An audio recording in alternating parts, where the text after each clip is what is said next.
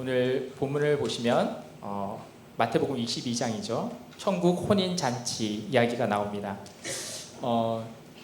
한번 여러분들이 많이 들으신 이야기이기 때문에 여기에 등장인물들이 있죠. 누가 있을까요? 왕이 있을 것이고, 아까 연극을 통해서 다 보셨잖아요, 그렇죠? 왕이 있고 또 왕의 종들이 있고, 또 누가 있을까요? 청함을 받은 자들. 근데 청함을 받은 자들이 부류가 있더라고요, 그렇죠? 청함을 응한 사람들이 있는가 하면 또 그것을 거절한 자들도 있더라고요. 오늘 여기에 오신 분들은 다 우리 천국 혼인잔치를 그 초대를 받으셨던 분이시고 또 거기에 응하신 분들이신 줄 압니다. 여러분들은 복 있는 분들이세요. 우리는 앞으로 가야 할 곳이 있잖아요, 그렇죠? 어디 가야 되죠? 집에 가는 거 아니잖아요, 그렇죠? 우리가 갈 집은 저 천국 본향이잖아요, 그렇죠? 우리는 그 저 천국에 들어갈 그 예행 연습을 지금 하고 있는 거예요. 그래서 성경에 보면 하나님께서 천지를 창조하시고 일곱째 날 안식하셨잖아요, 그렇죠? 우리는 제7일째 뭐 하죠? 예배드리잖아요, 그렇죠? 이건 뭐예요? 안식을 맛보는 거예요. 그리고 혼인잔치가 예표하는 것도 뭐예요? 천국 잔치. 이게 예표하는 것이 곧 참 안식에 참여하는 것이잖아요, 그렇죠? 그렇기 때문에 우리가 주일에 이렇게 주의 전을 찾고 예배드리고 하나님을 경배하는 이 모든 것들이 하나님의 우리가 천국에 들어가면 해야 할 일인 거예요. 그래서 우리는 매주 이것을 예행 연습을 하고 있는 거예요, 그렇죠? 오늘 천국 잔치를 또 준비한 그러한 왕이 있었죠. 그 왕은 다름 아닌 누굴까요? 바로 하나님이시잖아요. 근데 이 하나님께서 당신의 아들의 혼인잔치를 준비하셨다고 그래요. 하나님의 아들은 예수 그리스도시고요. 그러면 예수님과 혼인하는 사람은 누구예요? 네? 교회죠. 성경에 보면 예수님과 그 신부의 관계를 많은 것들을 통해서 비유를 하시는데 대표적인 것이 바로 신랑과 신부의 비유잖아요, 그렇죠? 교회는 그리스도의 몸이라고 하셨잖아요, 그렇죠?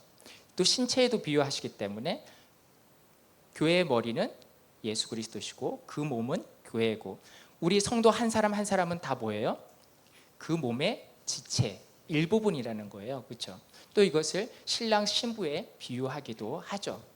그래서 우리 모두는 예수님의 신부이기도 한 거예요. 그런데 오늘 이야기를 보니까 우리는 또 다른 비유로 우리를 예표했는데, 그것이 무엇이냐면 우리가 하객이라는 그러한 이미지로 오늘은 그려지고 있어요.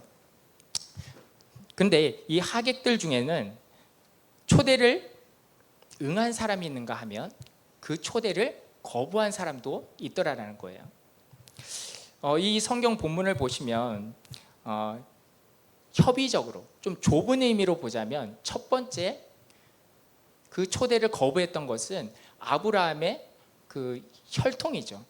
이스라엘이 먼저 하나님으로부터 선택을 받았잖아요, 그렇죠? 그렇지만 그들은 예수 그리스도 하나님의 아들을 믿으라고 하나님의 선지자들을 보내시고 사도들을 보내시고 그의 종들을 보냈지만 어떻게 했나요? 도리어 그 종들을 핍박했죠. 그들을 때로는 죽이기도 했고요. 또 심지어 예수 그리스도를 십자가에 못 박아 죽이기까지 했었어요. 그러자 하나님께서는 어떻게 하죠?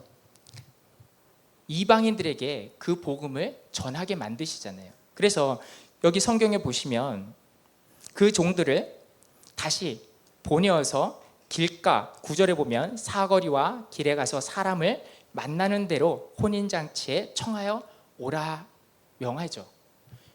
우리가 바로 그 길거리에서 복음을 듣고 그 복음을 접한 사람들이라는 거예요. 그 부름에 모두가 응하신 분들이라는 것이죠.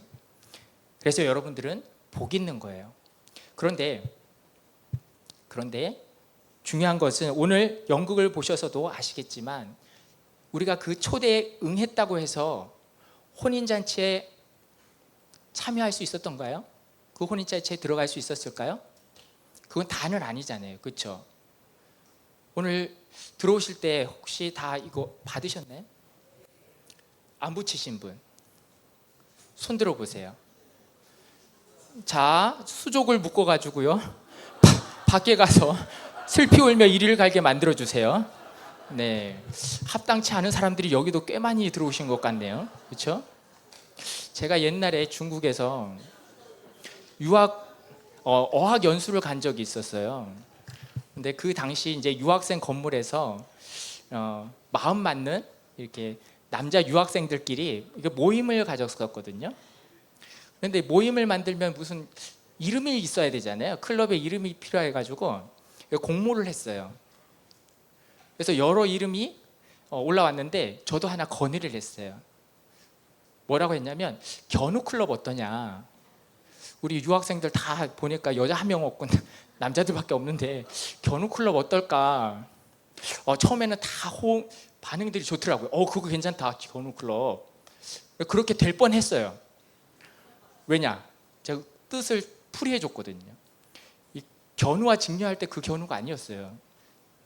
제가 말한 그 견우는 개견자 소자. 이게 뭐냐? 개나 소나 다 들어오는 클럽이다. 저는 좀 열린 클럽을 지향했기 때문에 좀 견우 클럽을 만들고 싶었는데 그걸 듣더니만 다들 반대해가지고 결국 그 클럽 이름이 제일 연장자의 이름의 클럽으로 바뀌게 되었거든요. 근데 오늘 이야기를 보니까 개나 소나 다 부르더라고요. 그렇죠? 그렇다고 여러분들이 개나 소나는 아니에요. 성경에 보니까 근데 이런 말씀이 있더라고요.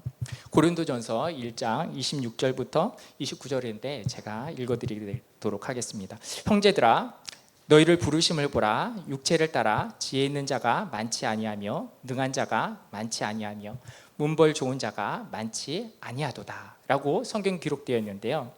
하나님께서 우리를 부르심을 보면 어떤가요? 누군가 자격이 있어서 너무 고상하고 인품이 훌륭하고 또 남들을 위해서 헌신하며 봉사하며 덕을 쌓는 그런 사람들만 교회에 모여 있던가요? 그렇지 않잖아요. 여러분들 가슴에 손을 얹고 생각해 보세요.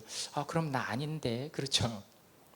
네, 우리는 부족한 사람들이에요. 그럼에도 불구하고 하나님께서 우리를 불러주셨어요. 이게 하나님의 은혜인 것이죠. 한 기준, 우린 하나님의 기준으로 보자면 우리는 모두가 뭐예요? 죄인이고 천국에 들어갈 수 없는 그러한 사람들이거든요. 그럼에도 하나님께서는 우리를 요한복음 3장 16절에 보면 뭐라 그러시죠? 하나님이 세상을 이처럼 사랑하사 독생자를 주셨으니 이는 저를 믿는 자마다 멸망치 않고 영생을 얻게 하려 하심이라 그러셨죠. 우리 인생들을 사랑하시기 때문에 한 사람이라도 지옥 가는 것을 하나님께서는 볼 수 없으신 것이죠. 그래서 한 사람이라도 더 구원하시기 위해서 우리의 죄를 예수 그리스도께서 대신 짊어지게 하신 거예요. 우리는 우리의 공로로 구원을 얻을 수 있는 게 아니라고 그러잖아요. 그렇죠? 그래서 성경에 보면 창세기 3장에 무슨 이야기가 나오죠? 아담과 하와 이야기가 나오죠. 아담과 하와가 범죄한 연후에 정말 사단의 그 말처럼 저들의 눈이 밝아졌다 그래요. 그래서 그들이 벌거벗은 줄을 알고 그들이 무화과 나뭇잎을 엮어서 치마를 하였더라 그랬어요.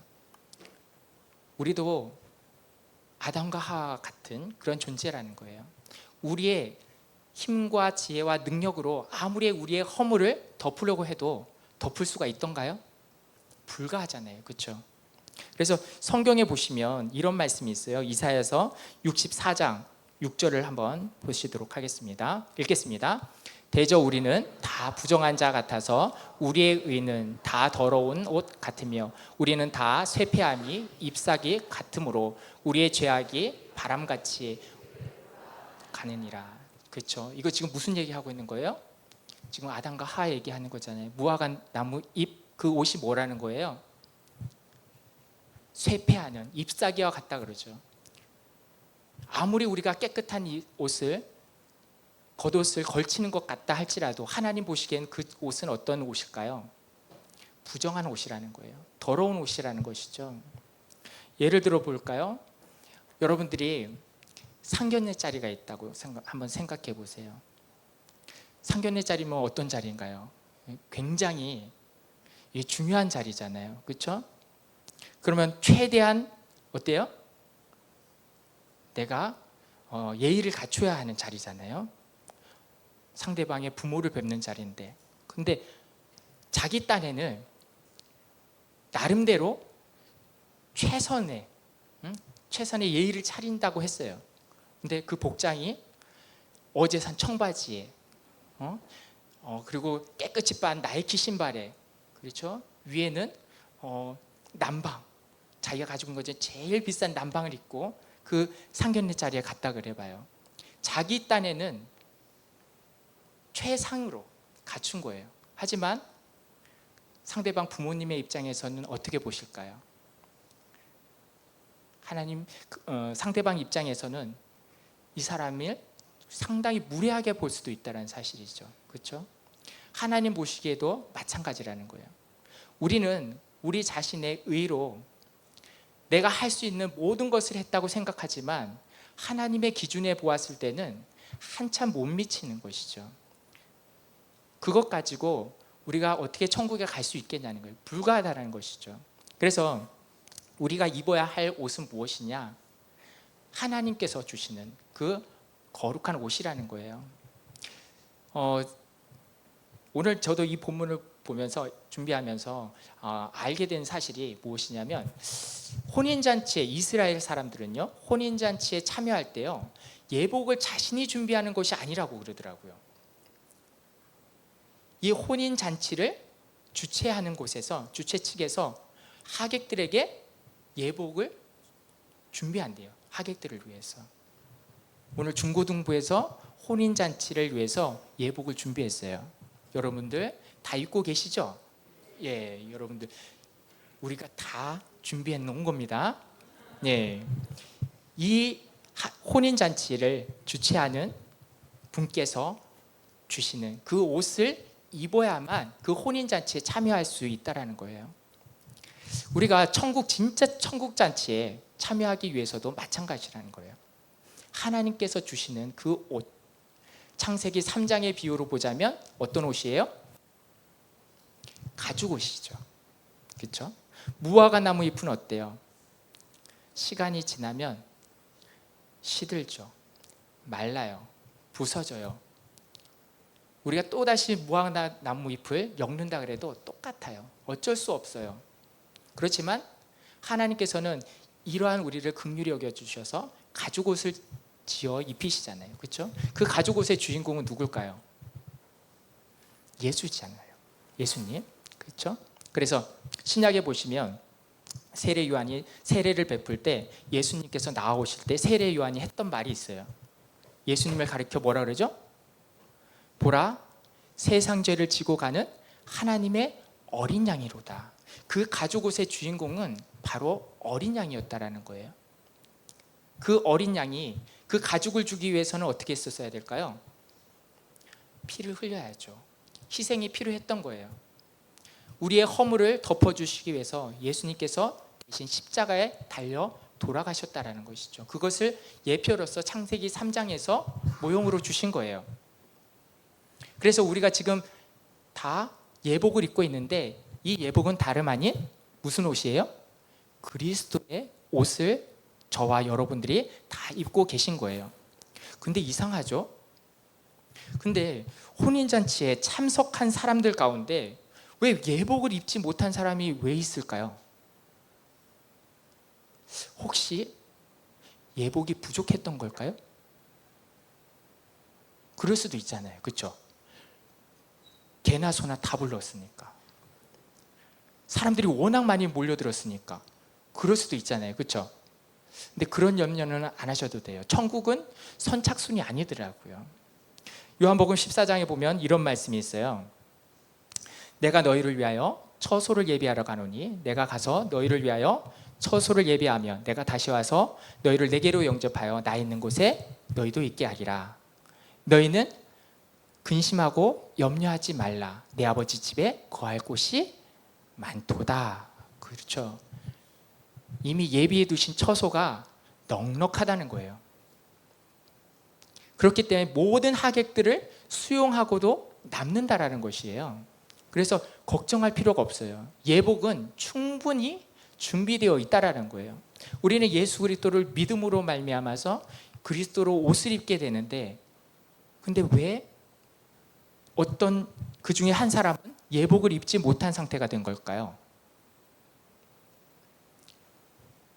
왜죠? 이 사람은 예복을 못 받았던 것이 아니에요. 그 초대에 응했기 때문에 그도 예복을 받았어요. 근데 그 예복을 어떻게 된 거죠? 상실해 버린 거예요. 우리 가운데 그런 사람들이 생겨서는 안 된다는 것이죠. 모두가 오늘 붙인 이 예복 절대 천국 가는 그날까지 잃어버리시면 안 된다는 사실이에요. 다음 주에 한번 확인해 보겠습니다. 떨어진 분 계시면 그 사람은 천국에서도 떨어질 수 있다는 사실 유념하시고, 빨래 절대 하지 마시고 네, 그러시면 안 돼요. 네. 우리가 이 예복을 입으면 어떤 삶을 살아가야 돼요? 우리가 그리스도인답게 살아야죠. 오늘 주일 말씀에서도 그러죠. 오늘 담임 목사님 설교 들으신 분은 그 마지막 성경 구절을 에베소서 2장 10절 말씀 한번 띄워주시겠습니다. 함께 읽도록 하겠습니다.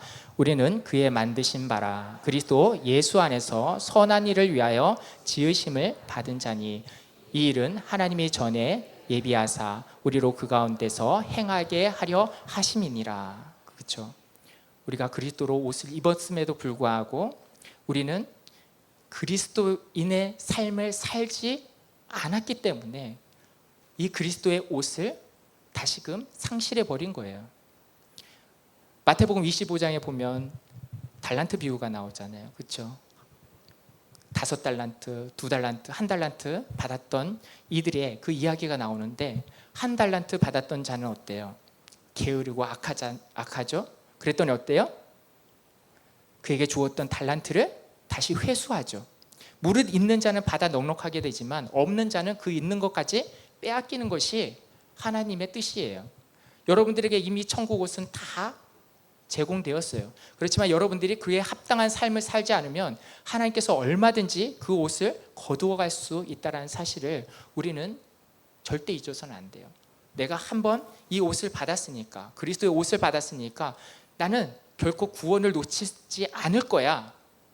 네. 여러분들 그런 믿음 갖고 있다면 정말 대단한 믿음인데 좀 잘못된 믿음일 수 있어요.